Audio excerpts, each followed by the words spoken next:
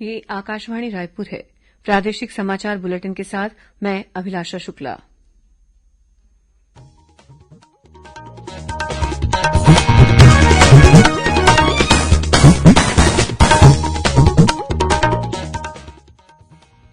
और अब पेश है आज के मुख्य समाचार।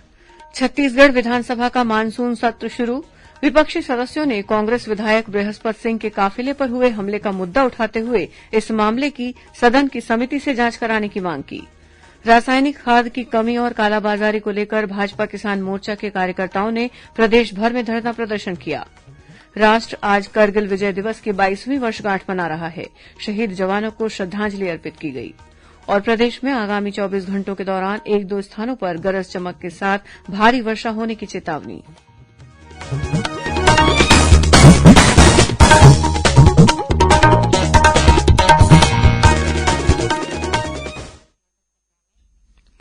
18 वर्ष से अधिक आयु वर्ग के लिए सरकारी केन्द्रों पर निःशुल्क राष्ट्रव्यापी कोविड टीकाकरण अभियान जारी है।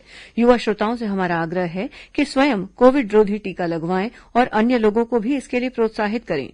कोविड स्वास्थ्य के लिए खतरा बना हुआ है। ऐसे में एहतियाती उपायों के पालन में कोताही न बरतें। जब तक आवश्यक न हो घर से बाहर न निकलें और 3 सरल उपायों का पालन करें। मास्क लगाएं, 2 गज की सुरक्षित दूरी बनाए रखें, बार-बार हाथ धोएं और चेहरा साफ रखें। कोविड से संबंधित जानकारी और मार्गदर्शन के लिए राष्ट्रीय हेल्पलाइन काम कर रही है। छत्तीसगढ़ के लिए हेल्पलाइन नंबर है 104 और 0771 223591। साथ ही राष्ट्रीय हेल्पलाइन नंबर है 1075। अब समाचार विस्तार से। छत्तीसगढ़ विधानसभा का मानसून सत्र आज से शुरू हो गया है। 30 जुलाई तक चलने वाले इस सत्र के दौरान कुल 5 बैठकें होंगी। सत्र का पहला दिन ही काफी हंगामेदार रहा। भारतीय जनता पार्टी के सदस्यों ने आज कांग्रेस के विधायक बृहस्पत सिंह के काफिले पर हुए कथित हमले का मामला सदन में जोरशोर से उठाया। बृजमोहन अग्रवाल, अजय चंद्राकर, शिवरतन शर्मा और नारायण चंदेल सहित अन्य भाजपा विधायकों ने यह मुद्दा उठाते हुए कहा कि सोशल मीडिया में वायरल हुए एक वीडियो के अनुसार कांग्रेस विधायक बृहस्पत सिंह ने यह आरोप लगाया है कि उनके काफिले पर यह हमला राज्य सरकार के एक वरिष्ठ मंत्री के इशारे पर किया गया। विपक्षी सदस्यों का कहना था कि यह एक अत्यंत गंभीर घटना है और चूंकि इस घटना में सरकार के ही एक मंत्री का नाम आ रहा है, इसलिए इसकी जांच सदन की समिति के माध्यम से कराई जानी चाहिए। नेता प्रतिपक्ष धरमलाल कौशिक ने भी कहा कि छत्तीसगढ़ के राजनीतिक इतिहास में अब तक ऐसी घटना नहीं हुई।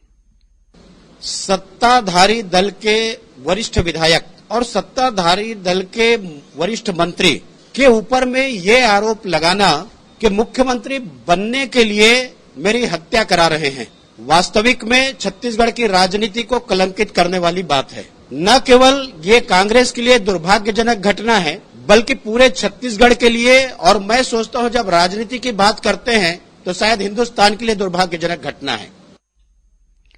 सरकार की ओर से संसदीय मंत्री रविन्द्र चौबे सदन में अनेक बार सरकार का पक्ष रखने के लिए खड़े हुए, लेकिन विपक्षी सदस्यों ने उन्हें बोलने नहीं दिया।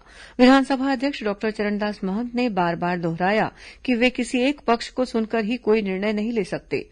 वहीं मुख्यमंत्री भूपेश बघेल ने कहा कि सभी विधायकों की सुरक्षा की जिम्मेदारी सरकार की है, लेकिन इस मुद्दे को लेकर भाजपा सदस्यों के तीखे तेवर बरकरार रहे। इस कारण सदन की कार्रवाई 2 बार स्थगित करनी पड़ी।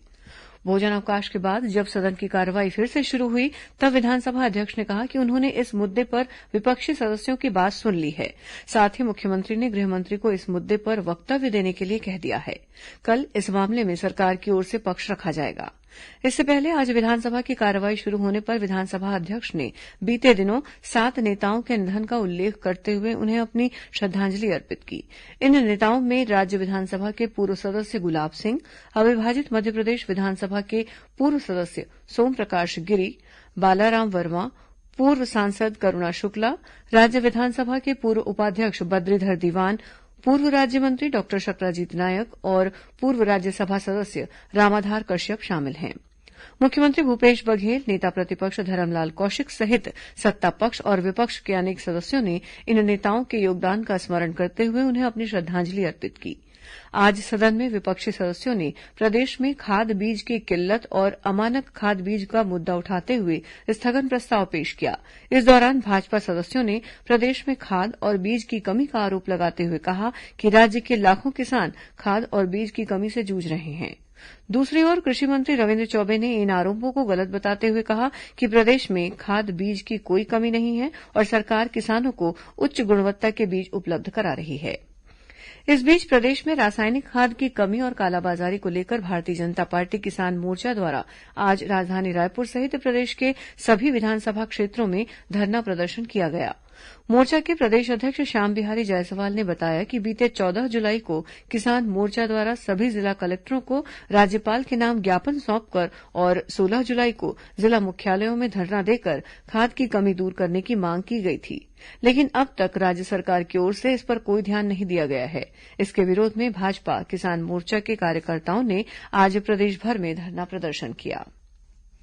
प्रदेश के सभी आंगनबाड़ी केन्द्र आज से फिर शुरू हो गए हैं। ये सभी केन्द्र पिछले 4 माह से कोरोना संक्रमण के कारण बंद थे। आंगनबाड़ी केन्द्रों में 3 से 6 वर्ष तक के बच्चों, गर्भवती महिलाओं और सुपोषण अभियान के हितग्राहियों को आने की अनुमति दी गई है। यहां बच्चों को दोपहर का गर्म भोजन दिया जा रहा है। इन केन्द्रों में कोविड से बचाव संबंधी दिशा निर्देशों का पालन सुनिश्चित करने कहा गया है।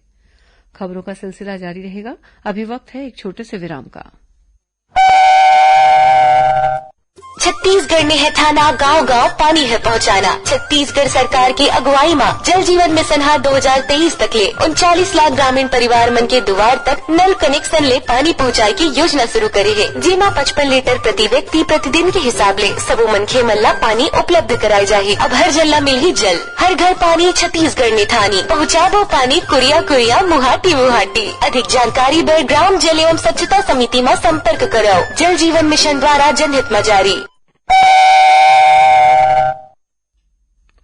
प्रादेशिक समाचार आप आकाशवाणी रायपुर से सुन रहे हैं। अब आगे बढ़ते हैं बाकी के समाचारों की ओर। राष्ट्र आज करगिल विजय दिवस की 22वीं वर्षगांठ मना रहा है और इस अवसर पर युद्ध में शहीद हुए वीरों का स्मरण कर रहा है। पूरे देश में हर वर्ष 26 जुलाई को करगिल विजय दिवस मनाया जाता है। वर्ष 1999 में 60 दिन तक चले युद्ध के बाद 26 जुलाई को युद्ध का अंत हुआ था और भारत को विजय मिली थी। तब से भारतीय सैनिकों के गौरव को नमन कर युद्ध में शहीद हुए भारतीय जवानों के सम्मान में यह दिवस मनाया जाता है। एक ट्वीट संदेश में भारतीय सेना ने कहा है कि करगिल विजय दिवस करगिल युद्ध के दौरान भारतीय सैनिकों के साहस और वीरता का प्रतीक है। उपराष्ट्रपति एम वेंकैया नायडू ने करगिल युद्ध के नायकों को नमन करते हुए शहीदों के सर्वोच्च बलिदान को श्रद्धांजलि अर्पित की। वहीं प्रधानमंत्री नरेन्द्र मोदी ने कहा कि करगिल युद्ध में हमारे सशस्त्र बलों की बहादुरी और धैर्य को पूरे विश्व ने देखा है। रक्षा मंत्री राजनाथ सिंह ने आज सुबह नई दिल्ली में राष्ट्रीय समर स्मारक पर करगिल युद्ध में वीरता से लड़ने वाले शहीद सैनिकों को श्रद्धांजलि दी। छत्तीसगढ़ के मुख्यमंत्री भूपेश बघेल ने भी करगिल विजय दिवस पर भारतीय जवानों की शौर्यता को नमन करते हुए करगिल युद्ध के शहीद जवानों को श्रद्धांजलि अर्पित की है। प्रदेश के विभिन्न जिलों में भी करगिल विजय दिवस के अवसर पर विभिन्न कार्यक्रम आयोजित कर शहीदों को श्रद्धांजलि दी जा रही है। धमतरी के विंध्यवासिनी मंदिर के पास स्थित करगिल उद्यान में विधायक रंजना डीपेन्द्र साहू और भाजपा के पदाधिकारियों ने विजय स्मारक पर श्रद्धासुमन अर्पित कर शहीद जवानों को नमन किया। प्रदेश में कोरोना संक्रमण की स्थिति में लगातार सुधार हो रहा है और औसत पॉजिटिविटी दर 0.5% पर आ गई है। कल प्रदेश में कोरोना संक्रमण के 130 नए मामले सामने आए हैं।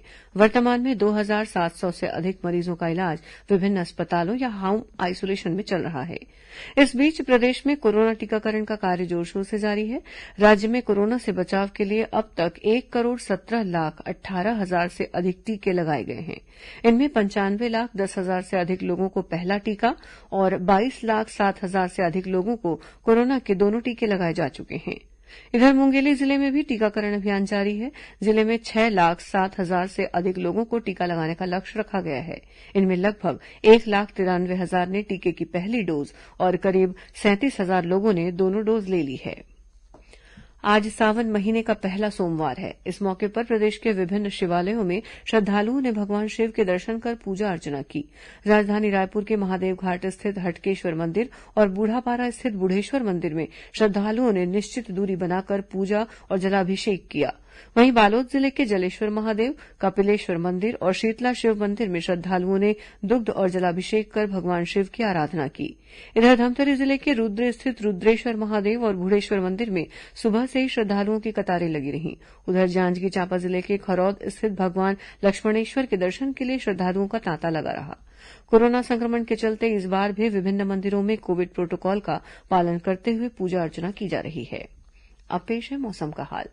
प्रदेश में आगामी 24 घंटों के दौरान अनेक स्थानों पर हल्की से मध्यम बारिश होने की संभावना है। वहीं 1-2 स्थानों पर गरज चमक के साथ भारी वर्षा होने की चेतावनी भी दी गई है। मौसम विभाग के मुताबिक उत्तर पश्चिम मध्यप्रदेश और उत्तर बंगाल की खाड़ी के ऊपर एक चक्रीय चक्रवाती घेरा बना हुआ है। इसके साथ ही पूर्व पश्चिम द्रोणिका भी इससे होकर गुजर रही है, जिसका असर छत्तीसगढ़ में भी देखा जा रहा है। इसके प्रभाव से बीते 24 घंटों के दौरान प्रदेश के कुछ एक इलाकों में हल्की से मध्यम वर्षा दर्ज की गई। आज दोपहर बाद राजधानी रायपुर सहित प्रदेश के कुछ स्थानों पर तेज बारिश हुई। अब कुछ अन्य खबरें संक्षिप्त में। हंगरी में आयोजित विश्व कैडेट कुश्ती चैंपियनशिप में 73 किलोग्राम भार वर्ग में भारत की प्रिया मलिक ने स्वर्ण पदक हासिल किया है। इस उपलब्धि के लिए छत्तीसगढ़ के खेल मंत्री उमेश पटेल ने उन्हें बधाई दी है। सैन्य अधिकारी लेफ्टिनेंट कर्नल अमोघ बापट की हिमाचल प्रदेश के किन्नौर जिले में भूस्खलन के दौरान मृत्यु हो गई। वे छत्तीसगढ़ के कोरबा जिले के निवासी थे। राज्य शासन ने मुंगेली नगर पालिका परिषद में सीएमओ के पद पर पदस्थापना के दौरान नाली निर्माण कार्य में अनियमितता के मामले में मुख्य नगर पालिका अधिकारी विकास पाटले को निलंबित कर दिया है। राजनांदगांव जिले में शिक्षा विभाग में पदस्थ एक महिला को आपत्तिजनक वीडियो और मैसेज भेजने के मामले में जिला खेल अधिकारी किशोर मेहरा को निलंबित कर दिया गया है। रायपुर रेलमंडल के लखोली सेक्शन में यार्ड रिमॉडलिंग और लखोली आरंग महानदी के बीच दोहरीकरण कार्य के कारण 5 अगस्त तक कुछ ट्रेनों का परिचालन प्रभावित रहेगा। सुकमा जिले के पालोड़ी इलाके से सुरक्षा बलों ने एक माओवादी कमांडर को गिरफ्तार किया है। दुर्ग पुलिस ने बहुचर्चित नेवई गोलीकांड के मुख्य आरोपी को बिहार से गिरफ्तार कर लिया है। और राजनांदगांव जिले में डोंगरगढ़ क्षेत्र के गुंगेरी नवागांव के पहाड़ी इलाके से पत्थर के अवैध उत्खनन के मामले में वन विभाग की टीम ने एक जेसीबी और 3 वाहनों को जब्त किया है। अंत में मुख्य समाचार एक बार फिर। छत्तीसगढ़ विधानसभा का मानसून सत्र शुरू। विपक्षी सदस्यों ने कांग्रेस विधायक बृहस्पत सिंह के काफिले पर हुए हमले का मुद्दा उठाते हुए इस मामले की सदन की समिति से जांच कराने की मांग की। रासायनिक खाद की कमी और कालाबाजारी को लेकर भाजपा किसान मोर्चा के कार्यकर्ताओं ने प्रदेश भर में धरना प्रदर्शन किया। राष्ट्र आज करगिल विजय दिवस की 22वीं वर्षगांठ मना रहा है। शहीद जवानों को श्रद्धांजलि अर्पित की गई। और प्रदेश में आगामी 24 घंटों के दौरान 1-2 स्थानों पर गरज चमक के साथ भारी वर्षा होने की चेतावनी। इसी के साथ प्रादेशिक समाचार बुलेटिन समाप्त हुआ। नमस्कार।